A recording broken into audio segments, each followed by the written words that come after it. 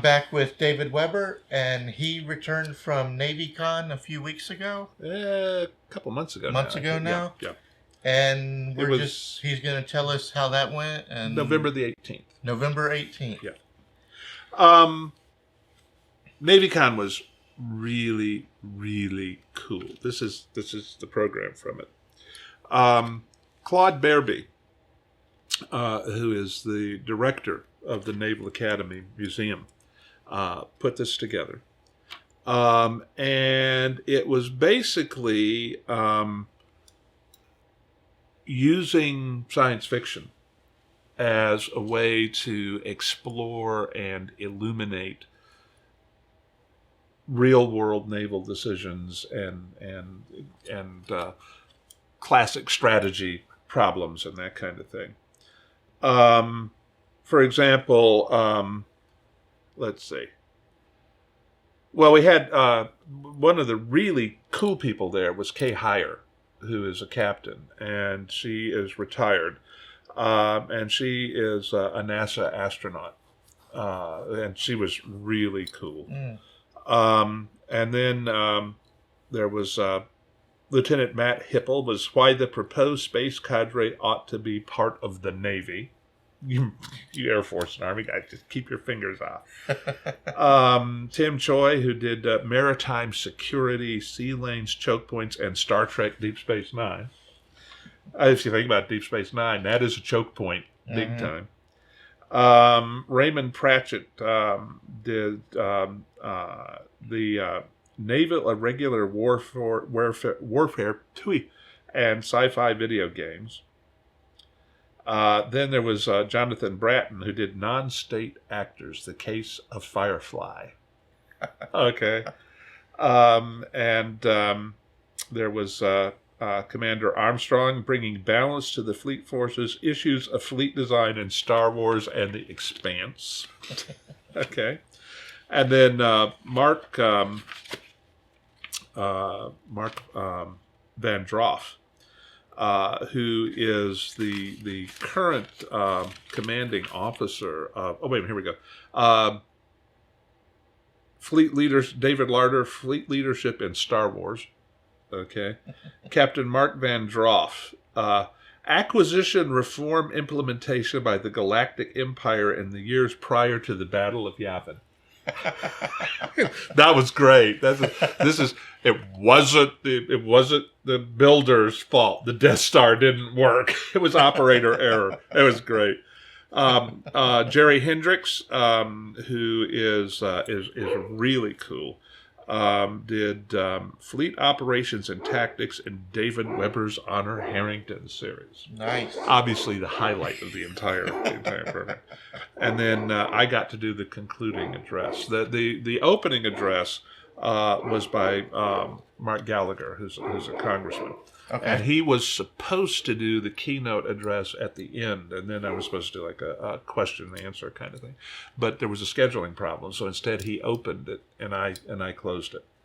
And all of it, every bit of it, is available for streaming online. Mm-hmm. I'm pretty sure you have the URLs on it. Yeah, I believe there's YouTube videos up, and I'll provide links to those if you're interested. And they're really cool. Now, I have to tell you, I look a little bit... I was really, really sick while we were doing this. I had this terrible cold, and I was kind of dizzy, and I was a little bit out of it, but... I'm a little bit out of it most of the time, so I don't think anybody noticed. But I really had a good time. I have to admit, I wound up fielding questions from midshipmen and a couple of serving officers I didn't expect to be fired at me, the author, kind of thing. I did my best with them. It was a wonderful group of people, and they're talking very seriously about doing it again and possibly making it an annual event. Okay. The biggest problem that they had was that they have like a 200, 300 seat auditorium available to the museum, and they also have like a little like 40 seat conference area. And when they first began discussing this, the assumption on the part of the people who allocated space was, well, you're never going to be able to get more than a handful of people. And they wound up changing the seating out. You know, some people got to come for the first half, some people got to come for the second half. And it was pretty much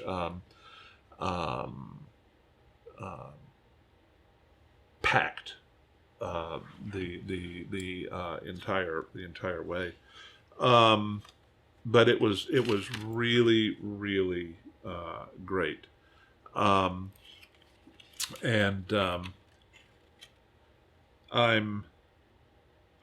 was incredibly flattered to be asked to be there.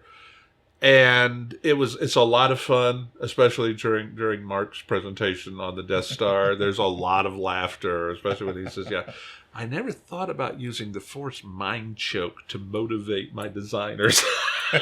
You know, I don't know if I could get away with that.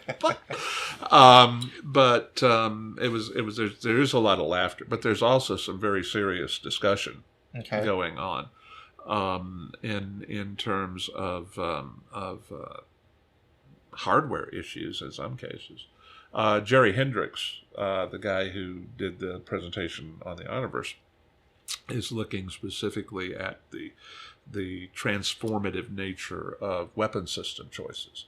And he's looking at like the emergence of the multi-drive missile and whatnot in the Honorverse as an example of where do we need to be looking today in terms of, whereas in many ways, Mark, who is, I think he was 8-10 years in surface warfare and in engineering, and he is currently the commander of one of the subcommands in the Surface Ships Warfare Center.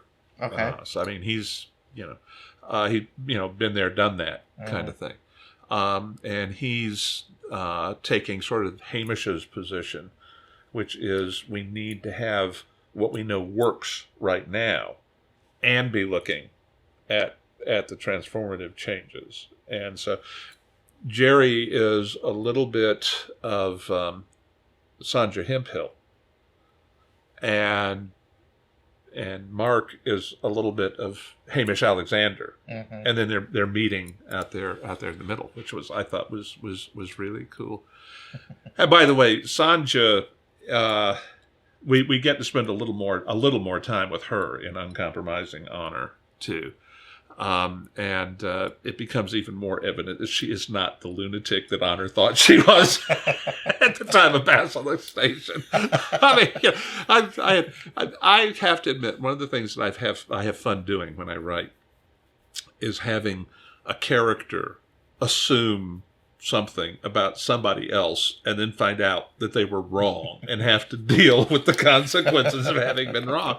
And Honor kind of likes Sanja, you know, which she didn't think she was going to do after Basilisk Station. I actually talk a little bit about Sanja at NavyCon. And I make the point that one of the reasons that Sanja was so sharp-edged was that she knew if they couldn't find some kind of equalizer, they lost. That there could be no other outcome given the disparity in the resources. And so she's desperately throwing everything she can come up with at the wall to find the solution, the solutions, whatever is going to work. And she is hammering everybody who gets in her way is a nail that needs to be hammered, because she's not sure she's got the answers herself. But she has to find the answers or they lose. I mean, that's the starkness of what she's looking at. And now she can kind of kick back a little bit. It's not just that, oh, I was right about the multi-drive missiles and that kind of thing. It's that it's no longer... Even the Solarian League is no longer an existential threat to the Star Kingdom. Okay? Now, 15 years down the road, that could change. But for right now, she can kind of take a deep breath and actually look at where they want to go rather than where they need to go. Sanja is one of my more favorite characters out of the books, and really always has been, because I knew what was going on in her head when Honor didn't have a clue what was going on in her head. It just, you almost got me and all of my people killed, kind of thing. What part of you're an idiot do you not understand? One of the scenes that Jerry Hendricks analyzed in his presentation is the scene in the Harrington House library where Honor basically tells Hamish, "You're wrong." Okay. And Hamish is like, "Whoa, where did that come from?" Kind of thing. And that's one of my favorite scenes too, because that's the point at which Honor Harrington really comes of age.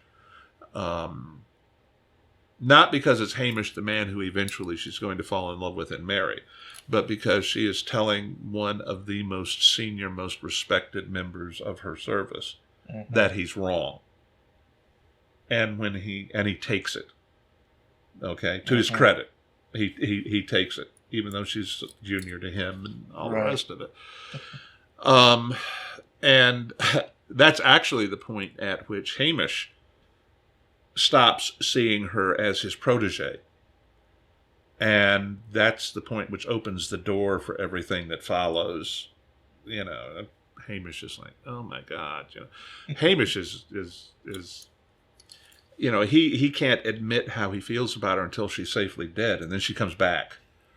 And he's like, having admitted it, he can't unadmit it, kind of thing. But I will never tell her. I will suffer noble silence and never tell her. Unfortunately, she can feel his emotions, so it's not helping her anyhow.